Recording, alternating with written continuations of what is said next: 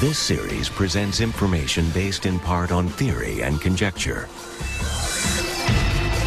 The producer's purpose is to suggest some possible explanations, but not necessarily the only ones, to the mysteries we will examine. Among the Osmot people of New Guinea, there exists a way of life that has remained unchanged since the Stone Age. In 1961, it drew the attention of a restless young man named Michael Rockefeller. For the primitive Osmot tribes, life is a continual interaction of ghosts, spirits, and magic. Tribal warfare is commonplace and expected. Death must be met with revenge. Among these fierce Aboriginal men, Michael Rockefeller traveled to study and learn. In their midst, he disappeared and was never seen again.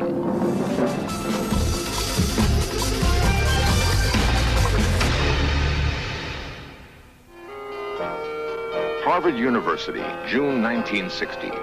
For Governor and Mrs. Nelson Rockefeller, it was a special, emotional moment. Their youngest son, Michael, had graduated with honors. Ahead of him lay a life filled with promise and great opportunity. At 22, Michael Rockefeller was the most outgoing and restless of the governor's 3 sons and 2 daughters. He loved travel and people, and within 6 months he was half a world away in the remote highlands of Dutch New Guinea. Michael had joined an anthropological expedition to study and record a Stone Age tribe called the Dani. Sensitive and enthusiastic, he took special pleasure in his work.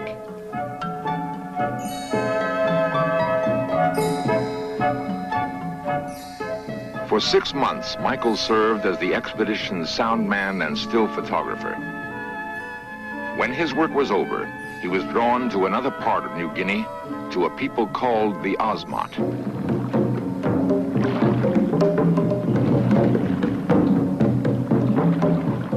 Along the coast and in the winding tidal rivers of southern New Guinea, the primitive Osmot tribes lived as they had since primeval times. Michael Rockefeller traveled throughout the region, fascinated by the Osmot culture and way of life. In his journal, Rockefeller wrote, "The Osmot is equal to my wildest dreams. It is a land of great winding rivers, jungle, and mud. Literally nothing else. The people have lived for centuries on little besides the pulp of the sago palm and fish. Some remote areas are still headhunting." A keen observer and gifted photographer, Michael carefully documented Osmot life.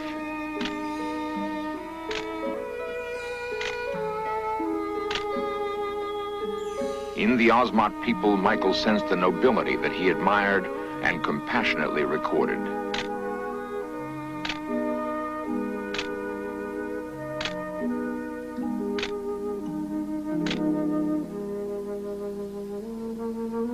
The word Osmot means tree people, and indeed Osmot culture depends almost totally on trees, for food, shelter, for their canoes, and for their art.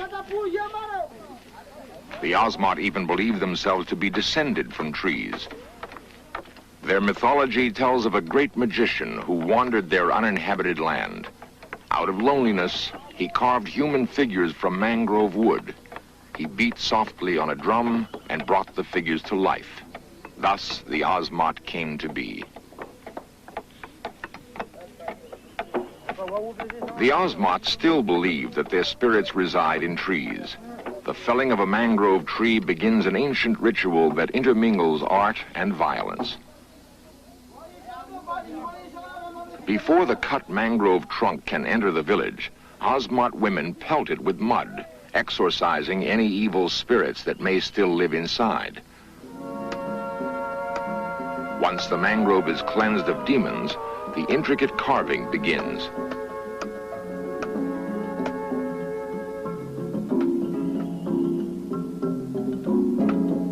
Shaped into the head of dead ancestors and kinsmen, the carving becomes a vital link between the material and spiritual worlds. For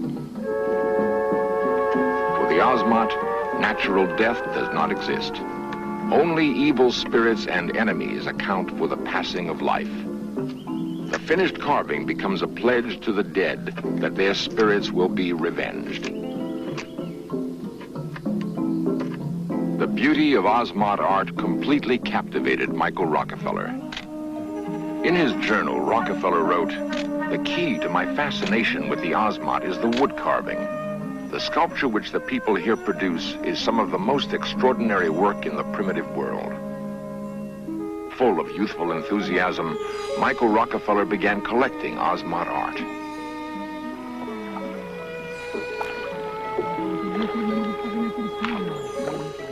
As he journeyed from village to village, Michael observed the subtle details of Ozmot life. He wrote, "The rowers placed little effort behind their strokes, allowing the outflowing tide to carry the prows easily along."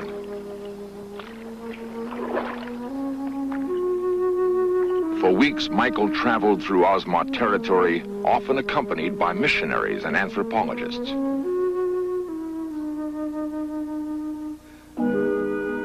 Gradually, he began to amass a wide collection of carvings. He dreamed of an exhibit that would pay tribute to the Ozmot's amazing creativity. On November 18th, 1961, Michael Rockefeller embarked on a native catamaran for a village up the coast. With him was Dutch anthropologist Rene Wassing and 2 native guides. The purpose of the trip was to pick up carvings for which Michael already had bartered.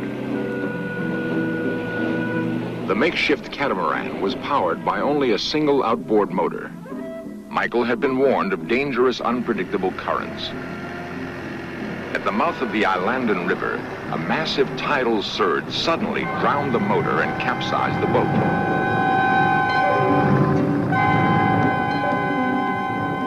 The natives swam for help. Rockefeller and Wassing clung to the boat, hopelessly adrift. After a night in the water, fearing the natives had failed, Michael decided to go for help himself.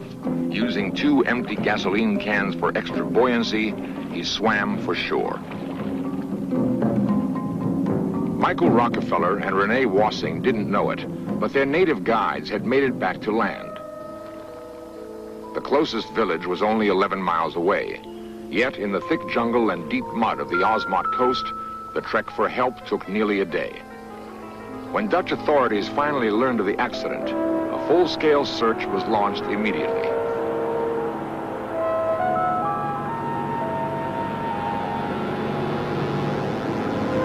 Searchers combed over coastal rivers and seemingly endless spans of dense jungle shoreline.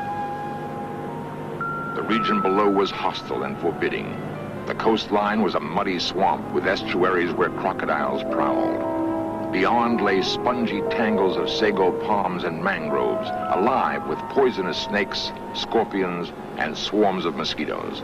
The Ozmot had named their home the Land of Lapping Death. Suddenly, a miracle. A flying boat had found Rene Wassing, still clinging to the capsized catamaran more than 20 miles out to sea. Stunned and exhausted, Wassing told reporters of the ordeal. He had tried unsuccessfully to dissuade Michael from attempting the swim to shore. Michael's last words were, "I think I can make it."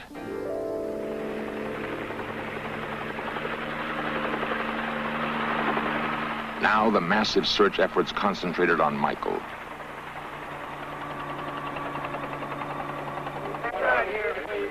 The news that his son was lost had taken 3 days to reach Governor Rockefeller.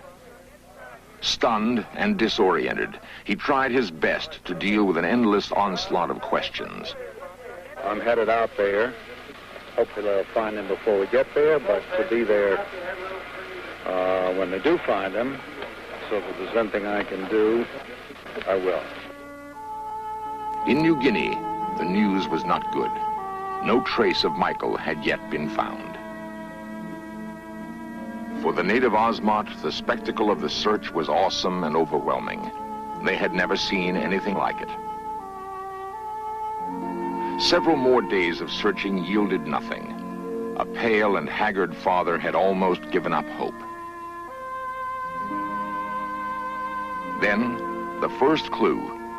The red gasoline can that Michael used for extra buoyancy was found at sea. It was strong evidence that Michael had drowned, but at the same time, it offered a faint glimmer of hope. 5,000 natives began searching up and down the New Guinea coast, looking for any other trace of Michael. Nothing was found.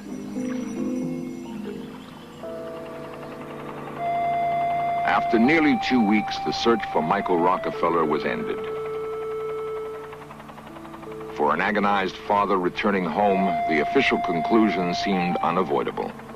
Michael Rockefeller had drowned at sea. Yet it was not long before speculation began that perhaps somewhere in the jungle, Michael might still be alive.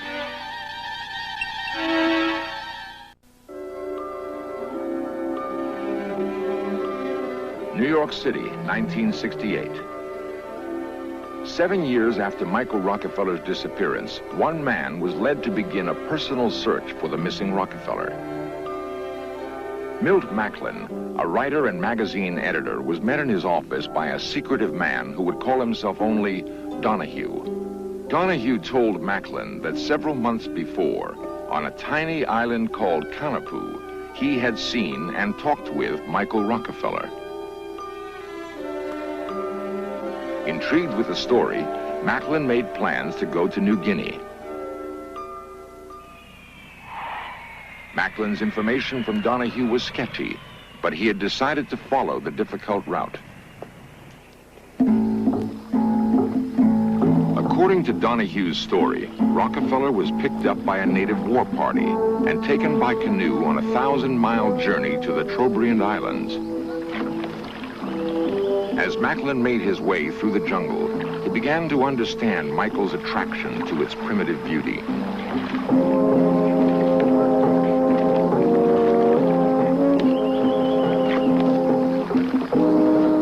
After several days' travel, Macklin reached a major village of the Trobriands. A local chief knew of Kanapu Island and described its general location.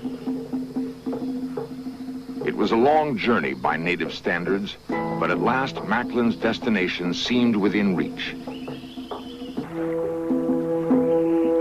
By hired boat, Macklin sailed for Kanapu. Even on the best local charts, it was but a speck. Finally, the island appeared, like a vision from a storybook.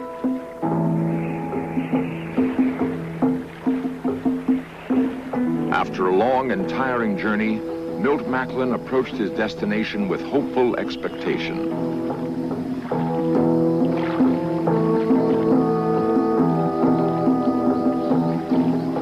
The island was a paradise, a beautiful tropical refuge.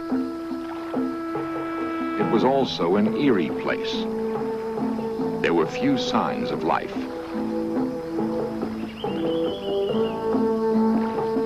A careful search led finally to a makeshift shelter.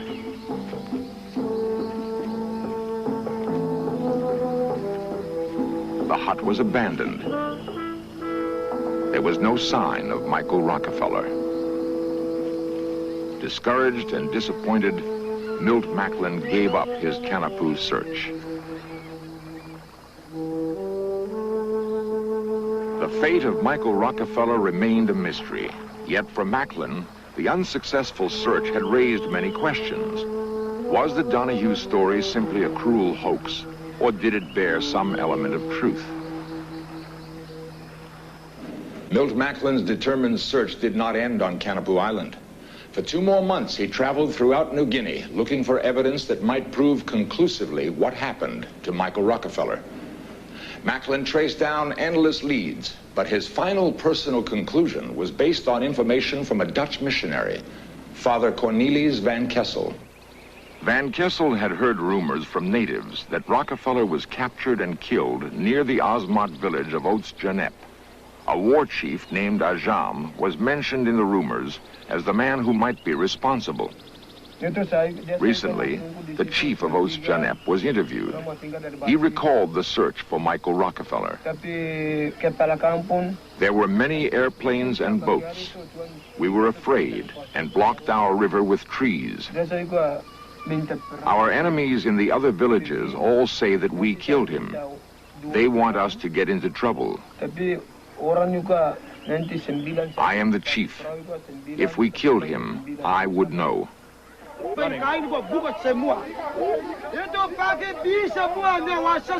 The full and true story of Michael Rockefeller's disappearance may never be known. If the answer lies among the Osmot, a nearly impenetrable cultural curtain prevents a final solution. Yet, in the life of the Osmot, the age-old rites that once preceded tribal violence can still be witnessed. After the mangrove ancestor poles are carved, an elaborate ceremony begins in honor of the dead.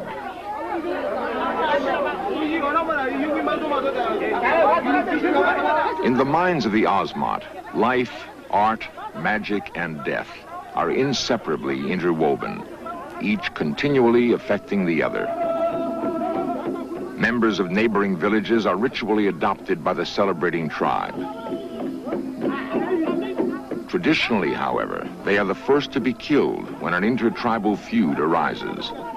It is an accepted part in an ancient cycle of warfare and revenge.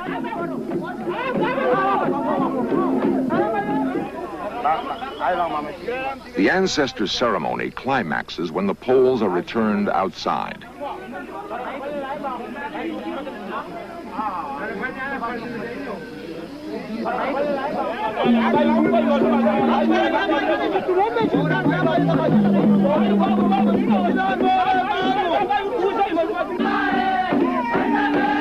In mock battle, the entire village dances around the symbolic poles.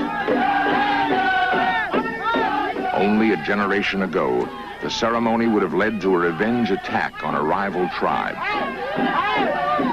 But headhunting has been outlawed. An age-old way of Osmot life has been brought to an end.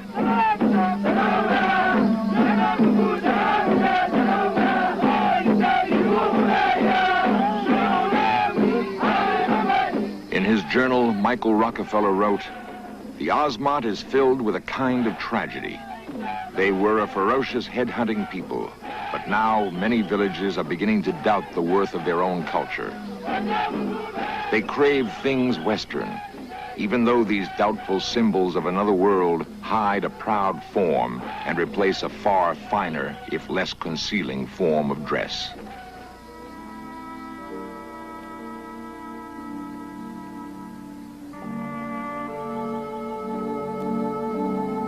Perhaps Michael Rockefeller's dedication to the Osmot was part of a larger personal quest for self-understanding and universal values which could guide him through life. I'd like to just say a word about Michael himself. Ever since he was little, he's been very aware of people, their feelings, their thoughts. He's a person who has always loved people and been loved by people. He had a tremendous enthusiasm and drive, loved life, has always loved beauty in people, beauty in nature and beauty in art, whether it's painting or sculpture, and has been quite an artist himself. I think it's fair to say that he was never happier than he has been out there. Michael had one of the most exciting experiences of his life.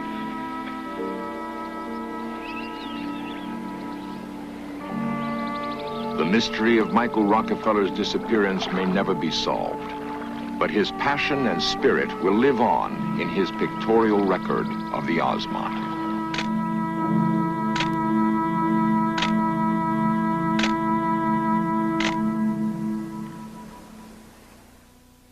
Before Michael Rockefeller traveled to New Guinea, he spoke of doing something romantic and adventurous at a time when frontiers, in the real sense of the word, were disappearing. Today, his tragic loss is underscored by the accelerating demise of the Osmot people and their culture.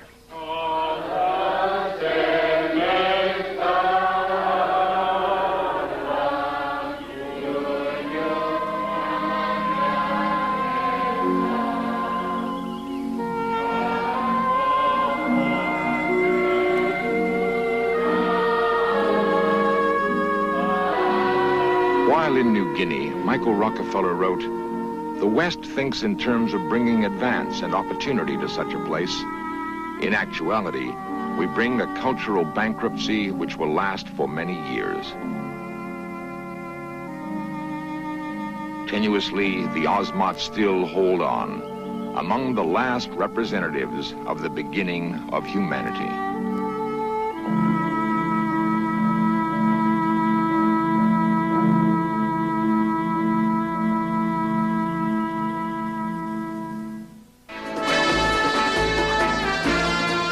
Coming up next, 20th Century with Mike Wallace reports on the California Night Stalker and other serial killers. Then, Weapons at War looks at the evolution of bombs, rockets, and missiles. And log on at veterans.com, a new website brought to you by the History Channel. Veterans.com, a place where veterans, their families, and others can connect, share stories, and pass on the legacies of all American veterans.